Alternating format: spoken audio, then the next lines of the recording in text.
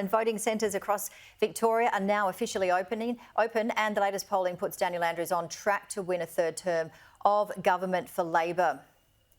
So it would in fact make him the longest serving Labor Premier in the state's history. Our reporters Julia Bradley, Holly Edwards-Smith and Georgia Simpson are at voting centres across the state. First to Julia, who's in the marginal Labor-held seat of Box Hill in Melbourne's east, which is a coalition is heavily targeting. Julia, good morning to you. So the polls are actually suggesting that Labor is on track to form a majority.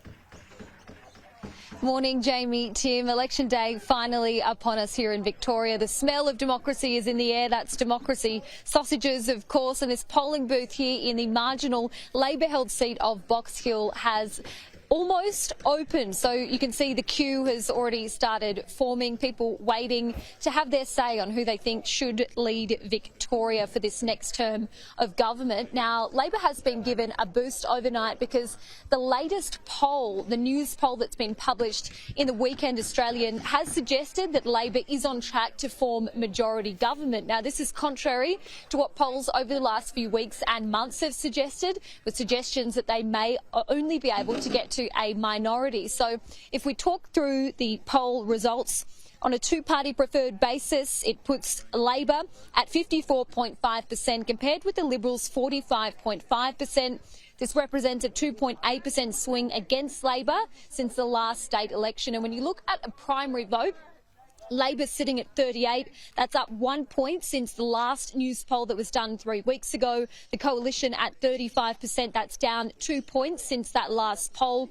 The Greens sitting at 12%. Independents 15%, which is a significant improvement on the last poll that was done, and also an improvement on the last results of the last state election.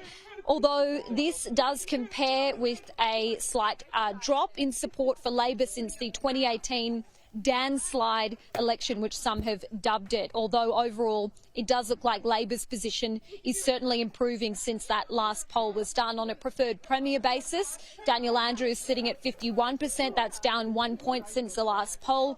Matthew Guy at 35%, which is an improvement of 2 points. So from this, you can deduce that it does look like Labor is going to form government. The suggestion is that they could be able to form with a majority, form government in their own right. Also, it does show overall support for both major parties is somewhat dropping, and the biggest beneficiary of this seems to be independent candidates.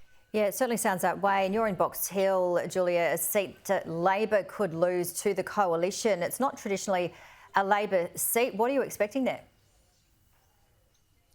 Well, there are a number of issues that really matter to voters here. We've heard cost of living, of course, that's an issue that continues to come up right across the state. Health as well, following lockdowns, the pandemic, the flow-on effect of that's having on the health system and on education. A number of other issues as well. Box Hill is part of the part one of the suburban rail loop. That's the Andrews government's pet project. It's an orbital rail line that's set to connect suburbs across Victoria to the city and to the airport. But there has been a bit of controversy surrounding that, the opposition trying to term it a white elephant. This is going to be a really crucial seat for the Coalition to pick up if it has any chance of forming government. It's held by Labor on a margin of 3.1%. It did gain a little bit following the redistribution that was done here. It was Labor's Paul Hamer who won this seat at the last state election. Prior to that, it was considered a safe